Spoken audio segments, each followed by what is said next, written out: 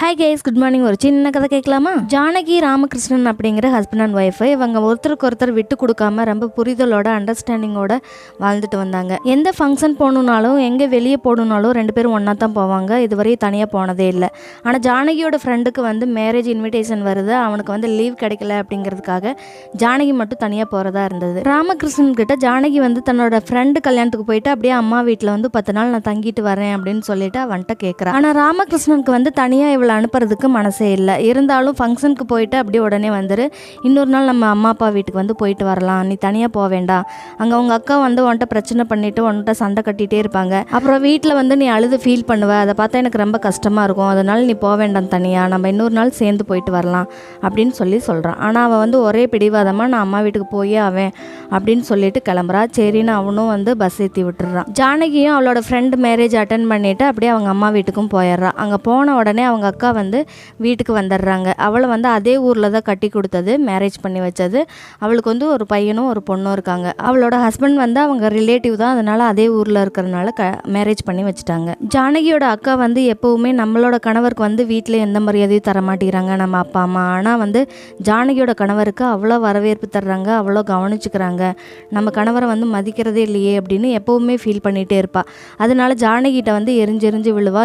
எந்த காரணமும் இல்லைனாலும் அவள்கிட்ட சண்டை கட்டுறதுக்கே இருப்பாள். ஜானகிக்கு ராமகிருஷ்ணன் அவங்க கல்யாணத்தப்போ ஒரு கிஃப்ட் பண்ணியிருப்பான். ஒரு கதை புத்தகம் வாங்கி அதை முன்பக்கத்தில் ஒரு கவிதை எழுதி கொடுத்துருப்பான். இவ அதை டெய்லியுமே படித்து பார்த்துட்டு சந்தோஷப்பட்டுக்குவா. அவளோட அம்மா வீட்டில் அவளோட அறைக்குள்ளே அந்த புத்தகத்தை வச்சுருந்தா. அவங்க அக்கா பசங்க 2 பேருமே அதை கிழிச்சு கப்பல் செஞ்சு விளாண்டுட்டு இருந்தாங்க.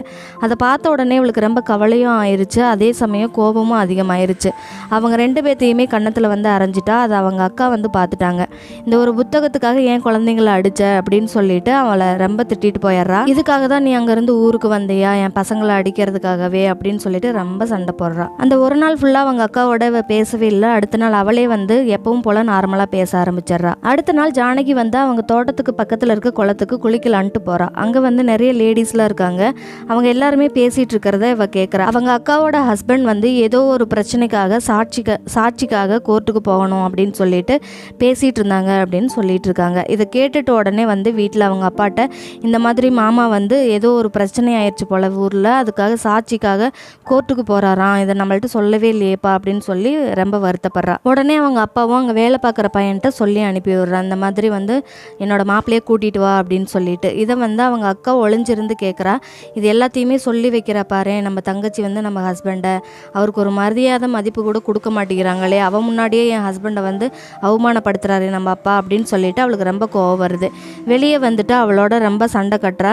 எதுக்காக இதெல்லாம் பண்ணிகிட்ருக்க, நீ பேசாம நீ ஊருக்கு போயிரு, இங்கே எதுக்காக நீ வந்திருக்க, இந்த மாதிரி குடும்பத்துக்குள்ளே சண்டை இழுத்து விடுறதுக்காக வந்திருக்கியா அப்படின்னு சொல்லி ரொம்ப கத்துறா. அவளோட ஹஸ்பண்டை கூட்டிகிட்டு வந்த உடனே அவங்க மாமனார் இந்த மாதிரி ஏன் என்கிட்ட கேட்காம நீங்களாம் முடிவு எடுக்கிறீங்க, இந்த இதை பண்ணாதீங்க, நம்மளுக்கு எதுக்கு இந்த பிரச்சனையெல்லாம் அப்படிங்கவும் சரின்னு சொல்லிட்டு நான் போகலை அப்படின்னு அவனும் தலையாட்டிட்டு போயிடுறான். ஜானகி அவளோட ரூம்குள்ளே உட்காந்து அழுதுகிட்டே இருக்கா. என்ன பண்ணாலும் நம்மளை தப்பாகவே நினைக்கிறேன் நம்ம அக்கா, நம்ம என்ன பண்ணுறது, இவ ஏன் இப்படி இருக்கா, என்கிட்ட கோபமாகவே இருக்காளே அப்படின்னு சொல்லிட்டு அழுதுட்டு நம்ம ஊருக்கு பிறப்படலாம் அப்படின்னு சொல்லி அவங்க அப்பாட்ட சொல்லிடுறா. சொல்லவும் இப்போ தான் ஒரு வாரம் கூட ஆகலையேம்மா, ஏன் அதுக்குள்ளே கிளம்புற, இன்னொரு 10 நாள் இருந்துட்டு போகலாமே அப்படின்னு சொல்கிறான்.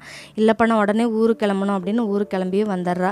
அவங்க ஹஸ்பண்ட் சொன்னதை நினச்சி அழறா. அவன் சொன்னது கரெக்டு தான், இனிமேல் அவர் பேச்சை கேட்காம நம்ம எங்கிட்ட போகக்கூடாது அப்படின்னு முடிவெடுக்கிறா. இதோட இந்த ஸ்டோரி முடியுது.